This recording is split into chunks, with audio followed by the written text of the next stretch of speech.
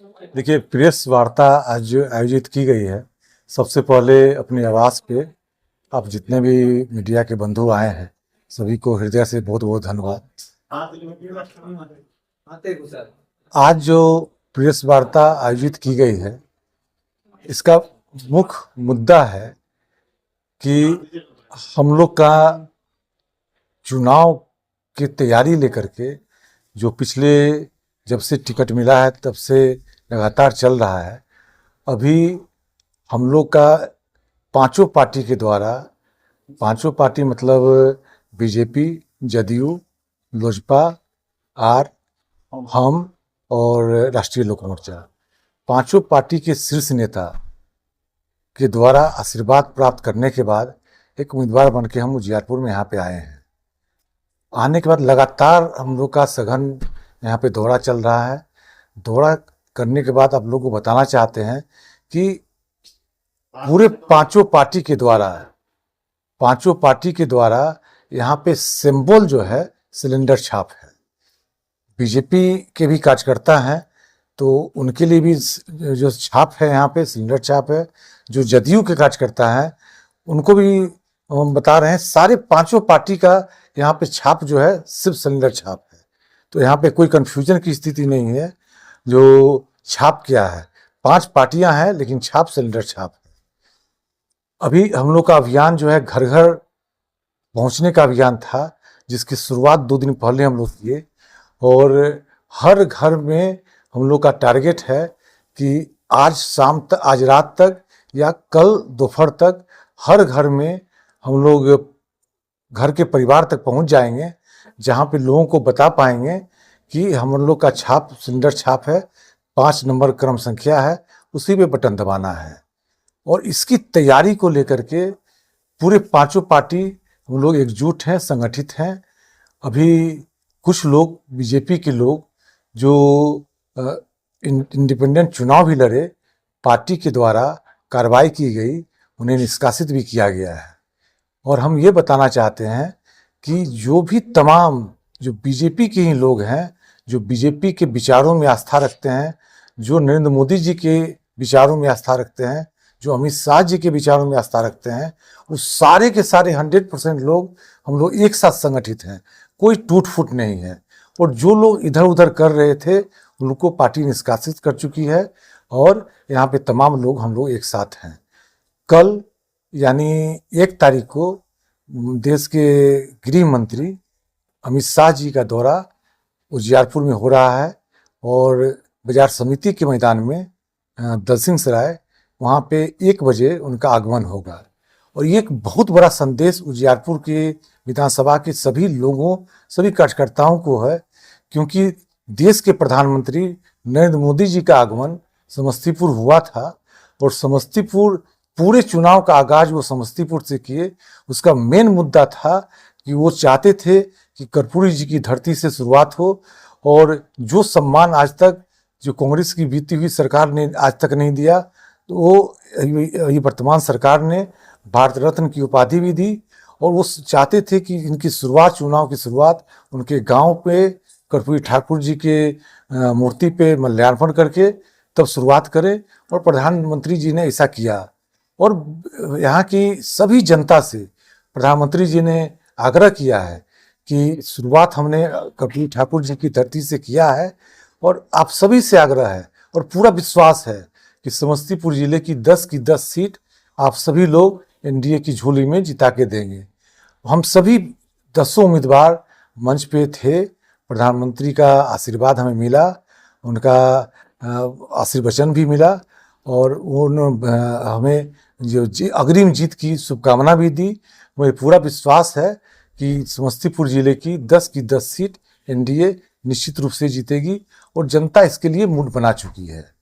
तो मेरा एक बताना था, एक तो पांचों पार्टी का एक छाप सिलेंडर छाप क्रमांक 5 नंबर पे है, 6 तारीख को वोटिंग है, उसी पे बटन दबाना है।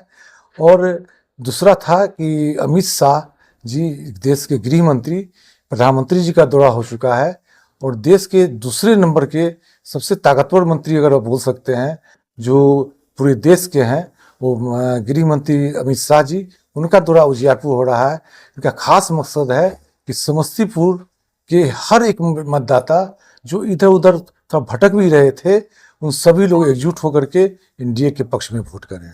नहीं लग रहा है कि उजियारपुर में जो बागी भाजपा के जो कुछ कार्यकर्ता हैं वो आपके लिए खतरा साबित हो रहा है? बिल्कुल नहीं है।